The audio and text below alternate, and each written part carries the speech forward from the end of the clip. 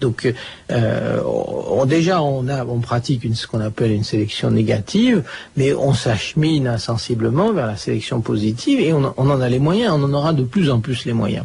Mais à partir du moment où vous mettez le doigt dans le contrôle de quelque chose dans la vie humaine, je vois pas bien là où vous allez pouvoir mettre la barrière. Donc, je pense que c'est plutôt en réfléchissant un peu à la manière dont Sloterdijk a essayé de le faire, mais en allant probablement beaucoup plus loin que lui, c'est plutôt en envisageant comment, au fond, finalement, l'homme peut intégrer sa capacité à muter, en quelque sorte. Comment est-ce qu'il peut prendre en charge sa capacité à muter? Parce qu'après tout, si on regarde le passé humain, même un passé relativement récent, la fatalité humaine d'un homme et d'une femme du XVIIe siècle, c'était en gros de vivre très mal jusque vers 45-50 ans, aux femmes de mourir en couche et avoir une surnatalité pour pouvoir avoir quelques enfants à cause de l'énorme mortalité infantile. Je dirais, le mode de vie des êtres humains et le mode de rapport à leur corps, le mode de rapport à la santé, le mode de rapport à la mort ont complètement changé depuis le XVIIe siècle. Donc on peut tout à fait imaginer qu'ils puissent encore changer de manière considérable. Il faut peut-être aussi réfléchir sérieusement à ce qu'on veut faire de l'humanité qui vient, et c'est de ce côté-là, à ce moment-là, qu'on retrouve les problématiques de Huxley. Est-ce qu'on veut une société parfaite? Est-ce qu'on veut des hommes qui soient heureux? Est-ce qu'on veut des surhommes? Est-ce qu'on veut que des génies? C'est des problèmes que pose Huxley dans son livre. Est-ce qu'on veut le meilleur des mondes? Quelle forme devrait avoir le meilleur des mondes? Donc je crois plutôt que c'est des questions à poser en aval plutôt qu'en amont. Parce qu'en amont, on n'a que de vieilles solutions qui correspondent en gros à l'éthique judéo-chrétienne, et puis point à la ligne.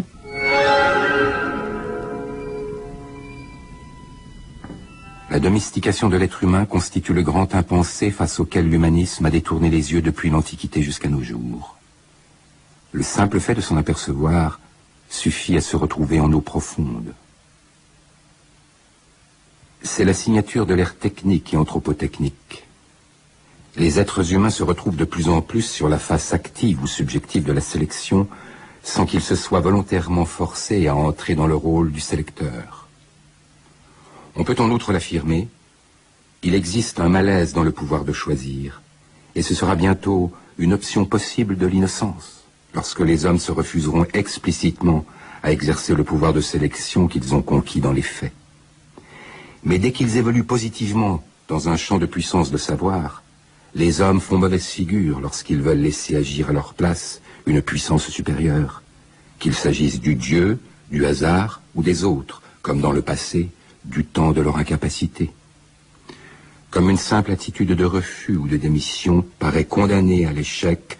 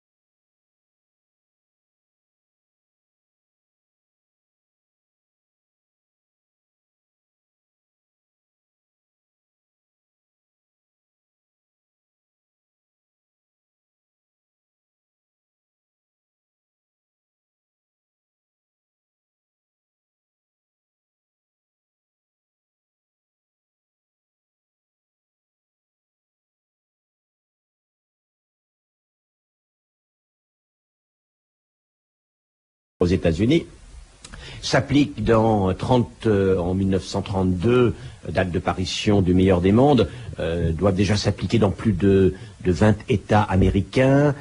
Je ne sais pas si la Suède, la Norvège ont déjà voté des lois eugénistes, mais je suis absolument certain que la Suisse pratique déjà l'eugénisme, et c'est un peu avant, un an avant que l'Allemagne, en 1933, n'adopte sa loi eugénique. Et à l'heure actuelle, quand vous lisez les textes, c'est absolument extraordinaire. Pratiquement la totalité des prix Nobel de biologie de l'époque sont des eugénismes.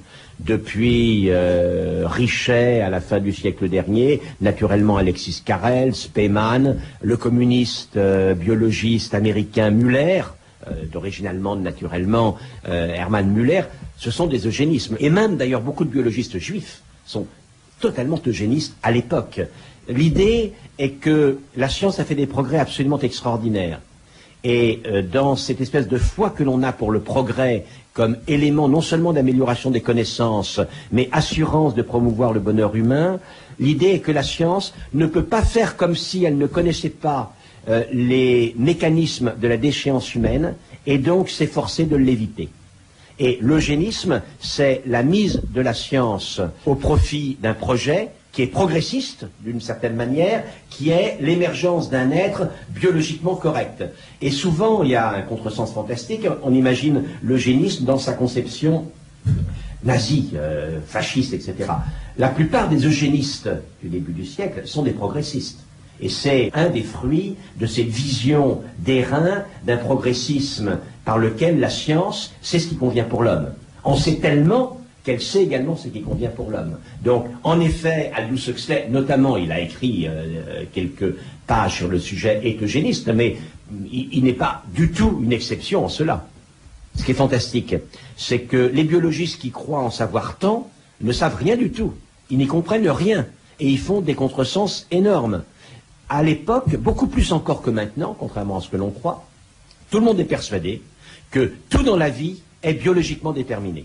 C'est-à-dire que quand Zola parle des Rougon-Macquart, il y a véritablement l'hérédité, famille après famille, d'un destin épouvantable. Et ça, c'est très très largement répandu. Et à partir du moment où l'on pense que tout est biologiquement déterminé, et que l'on voit qu'il y a des prostituées, qu'il y a des asociaux, qu'il y a des voleurs, des pauvres, tout ça est génétiquement déterminé. Or, l'eugénisme défini par l'un des Huxley comme l'effort social de faciliter la fécondité des plus aptes et d'éviter la reproduction des moins doués, c'est ça la définition de l'eugénisme, telle que définie par Galton, est appliqué à des situations qui ont un déterminisme avant tout social et extraordinairement peu génétique. C'est-à-dire, qui stérilise-t-on? D'abord des femmes et pas des hommes, alors que, comme vous le savez, c'est bien plus facile de stériliser des hommes que des femmes. Donc là, il y a le présupposé machiste derrière. Donc on stérilise 10 femmes pour un homme environ, et les femmes que l'on stérilise sont des femmes pauvres, des femmes souvent alcooliques, prostituées, de familles de délinquants, etc., dans des milieux tout à fait épouvantables. Éventuellement des épileptiques, mais l'épilepsie est très rarement également génétique. C'est-à-dire qu'il y a une application par les biologistes d'un eugénisme sur une base biologique qui est complètement fausse, qui est tout à fait ridicule, et on voit bien le mariage d'emblée qui existe entre, ici, science et idéologie. Et en réalité, la science a comme mission, comme vocation, comme fanion d'échapper à l'idéologie, mais bien évidemment, au moins, la science et l'idéologie se rencontrent à un endroit qui est au cœur de l'homme de science, qui est aussi un citoyen, qui est aussi soumis à cette pression idéologique de l'instant et de sa société. Frédéric Updike fut en tout cas le premier, et pendant des années le seul, à défendre cette proposition radicale issue des travaux de Dzerzhinsky. L'humanité devait disparaître. L'humanité devait donner naissance à une nouvelle espèce, asexuée et immortelle, ayant dépassé l'individualité, la séparation et le devenir. Il est superflu de noter l'hostilité qu'un tel projet devait déchaîner chez les partisans des religions révélées. Judaïsme, christianisme et islam, pour une fois d'accord, jetèrent ensemble l'anathème sur ces travaux, gravement attentatoires à la dignité humaine, constituée dans la singularité de sa relation à son Créateur. Quoi qu'il en soit, Updike avait à l'évidence peu de soutien à attendre de la part des religions constituées. Il est par contre plus surprenant de noter que les partisans traditionnels de l'humanisme réagirent par un rejet radical. Même si ces notions nous paraissent aujourd'hui difficiles à comprendre, il faut se souvenir de la place centrale qu'occupaient pour les humains de l'âge matérialiste les concepts de liberté individuelle, de dignité humaine et de progrès. Michel Houellebecq, Les particules élémentaires. Ce que vous soulignez, Yves Michaud, dans votre réponse à votre ami Sloterdijk, c'est justement que ce choix incombe, celui de la reproduction qui serait comme ça redéfinie, se pose à la fois dans la sphère du profondément intime